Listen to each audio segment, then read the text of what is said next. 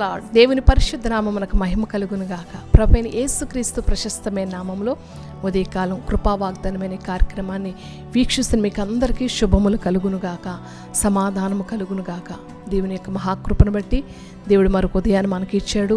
ఉదయకాలమే దేవుని వాగ్దానం కొరకు, దేవుని యొక్క వాక్యం కొరకు మీరు అందరూ ఎదురు చూస్తున్నారు, నమ్ముచున్నారు. అయితే దేవుడు మనతో మాట్లాడుతున్న ప్రతి మాట మన జీవితంలో నెరవేర్చబడాలి. ఆయన ఇచ్చే వాగ్దానం మనం సొంతం చేసుకోవాలంటే ఆ వాగ్దానం కొరకు ఎదురు చూడటమే కాదు, ఆ వాగ్దానం కొరకు ప్రార్థన కూడా చేయాలి. ఉదయకాలమే ప్రార్థన చేసుకున్నారా?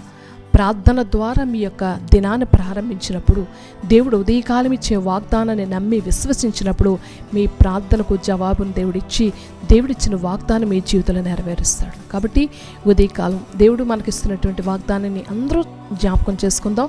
పరిశుద్ధ గ్రంథం నుంచి యెషయా గ్రంథం 26వ అధ్యాయము 12వ వచనం. యెహోవా, నీవు మాకు సమాధానం స్థిరపరచుదువు, నిజముగా నీవు మా పక్షమున నుండి మా పనులన్నిటినీ సఫలపరచుదువు. ఆమేన్. ఈ యొక్క మాట మనము దేవునితో మాట్లాడుతున్న మాట. ఈ యొక్క ప్రార్థన దేవుని సన్నిధిలో మనము చేయవలసిన ప్రార్థన. ఉదయకాలమే ప్రభు సన్నిధిలో మనము ప్రార్థన చేస్తాం, అనేక విషయాల కొరకు ప్రార్థన చేస్తాం, అనేక అవసరాల కొరకు ప్రార్థన చేస్తాం. అయితే ఆ ప్రార్థనలో మనకు కూడా మరొక మాట ఏం మాట్లాడాలంటే, ప్రభా, ఈ దినం నీవు మా పక్షమున ఉండి మా పనులన్నిటినీ కూడా నీవే సఫలపరుస్తావు. ఇది దేవుడిచ్చిన వాగ్దానానికి మన విశ్వాసముతో కూడిన ప్రార్థన చేస్తే, ఈ దినం నువ్వు ఏ పనిలో ముందుకు వెళ్తున్నావు, ఏ పని కొరకు నువ్వు ప్రయాణం చేస్తున్నావు, వ్యాపారం కానీ, ఉద్యోగం కానీ, వ్యవసాయం కానీ, చదువు కానీ, లేకపోతే ఎగ్జామ్లో కానీ, నువ్వు ఎక్కడికి వెళుతున్నా దేవుడు నీ పక్షమున నుండి నీ పనులన్నిటినీ ఆయన ఏం చేస్తాడంటే స్థిరపరుస్తాడు, సఫలపరుస్తాడు. దేవుని యొక్క సన్నిధిలో ఆయన మీద ఆధారపడకుండా మనం ఏ పని చేసినా అది సఫలమాగదు. పేతురు ఒక ప్రాంతంలో తన వలలు వేటలు చేస్తూ రాత్రంతా ప్రయాసపడి వలలు వేసి ఎంత కష్టపడినా, ఎంత ప్రయాసపడినా అతడికి ఆ రాత్రి ఒక్క చేప కూడా పడలేదంట.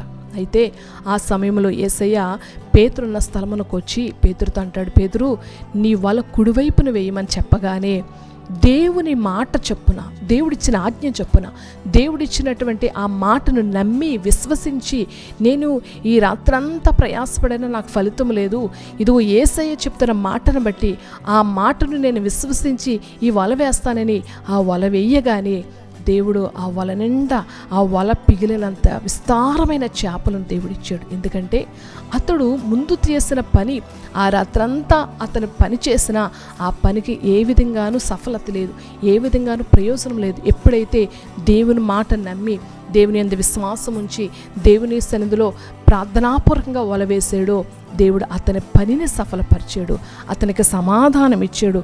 కాబట్టి ఉదయకాలం ఏ విధంగా నువ్వు నలిగిపోతున్నా, నీ పనుల్లో ఏ కోణంలో కూడా ప్రయోజనం లేకుండా ఉందేమో, నువ్వు ఎక్కడికి వెళ్ళినా నీకు అవమానమే, ఎక్కడికి వెళ్ళినా నీకు నష్టమే కలుగుతుందేమో, ఒక్కసారి దేవుని సన్నిధిలో ప్రార్థించే, ప్రభా, ఈ దినము నేను ఎక్కడికి వెళ్తున్నా, నా పనిలో నీ యొక్క సఫలత కావాలి, నీవు నా పక్షమున ఉండాలి, నీవు నా పక్షము నుండి నా పనిని నువ్వే సఫలపరచాలని దేవుని యందు విశ్వాసం ఉండి నీ పనిని ప్రారంభించు.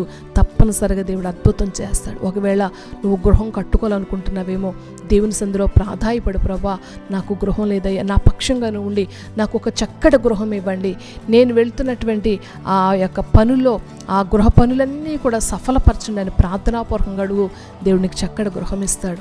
వివాహం కుదరక వివాహాల కొరకు ఎదురు చూస్తున్నావేమో, వివాహాల కొరకు దేవుని సన్నిధిలో ఆయన చిత్తం కొరకు కనిపెట్టు. ప్రభా, నీ చిత్తమే నా జీవితంలో నెరవేర్చు, నీ ప్రణాళిక నాయలో నెరవేర్చి, నీవు నా పక్షముగా ఉండి నువ్వు కార్యం చేయండి అని దేవుని పాదాలు పట్టుకుని దేవుని సన్నిధిలో బ్రతిమలాడు. తప్పనిసరిగా దేవుడు చక్కటి భాగస్వామిని దేవుడు నీకు ఇస్తాడు. ఇక ఎగ్జామ్స్లో వెళ్తున్నావా, ప్రార్థనాపూర్వకంగా వెళ్ళు. నీ దగ్గరలో ఉన్న దైవజనుడు కానీ దైవజనరాలు చేత కానీ ప్రార్థన చేయించుకో, లేకపోతే మా యూట్యూబ్ నెంబర్లో ఉన్నటువంటి ఫోన్ నెంబర్ కాల్ చేసి ప్రార్థన చేయించుకో. దేవుడు నువ్వు రాస్తున్న ఎగ్జామ్లో గొప్ప జయమిస్తాడు, నీ యొక్క ప్రయాస తగిన ప్రతిఫలం ఇస్తాడు, నీ పనిలో దేవుడు సమాధానం ఇస్తాడు, సఫలత ఇస్తాడు, ఉన్నతమైన కృపనిస్తాడు. అటువంటి కార్యం జరగాలంటే మొట్టమొదటిగా నీవు ప్రార్థనాపూర్వకంగా ప్రభా నీవు నా పక్షముగా ఉండు, నీవు నా పక్షంగా వ్యాజ్యమాడు, నీవు నా పక్షంగా నా పనులన్నీ సఫలం చేయని నీవు పట్టుదలతో ప్రార్థనతో కన్నీటితో ఆయన పాదాలు పట్టుకుంటే పేతురికి ఇచ్చినటువంటి ఉన్నతమైన ఆశీర్వాదం దేవుడు ఉదయకాలం నీకు ఇస్తాడు. అటువంటి ఆశీర్వాదం కొరకు ప్రార్థనలు ఏకీభవించు. మహిమ కలిగిన దేవా, కృప కలిగిన తండ్రి, నీకు వందనాలయ్యా. ఈ ఉదయం ఈ వాగ్దానం వింటున్న ప్రతి ఒక్కొక్కరిని జ్ఞాపకం చేసుకోండి.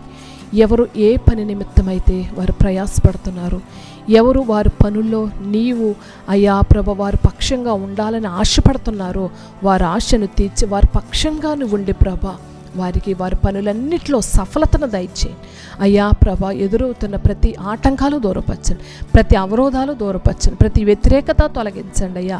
నీవు మా పక్షంగా ఉండ, మాకు విరోధి ఎవడు ప్రభ? నీవు నాయనా నీ బిడ్డల పక్షంగా ఉండి అద్భుతం చేసి ఆశ్చర్యం జరిగించి మేలులతో మహిమతో వారి జీవితాలు అయ్యా వారి పనులన్నిటిలో కూడా అభివృద్ధిని, ఆశీర్వాదమును, సమృద్ధిని, నీ కృపను వారి మీద కుమ్మరించమని యేసయ్య నామములో ప్రార్థించి వేడుకుంటున్నాను.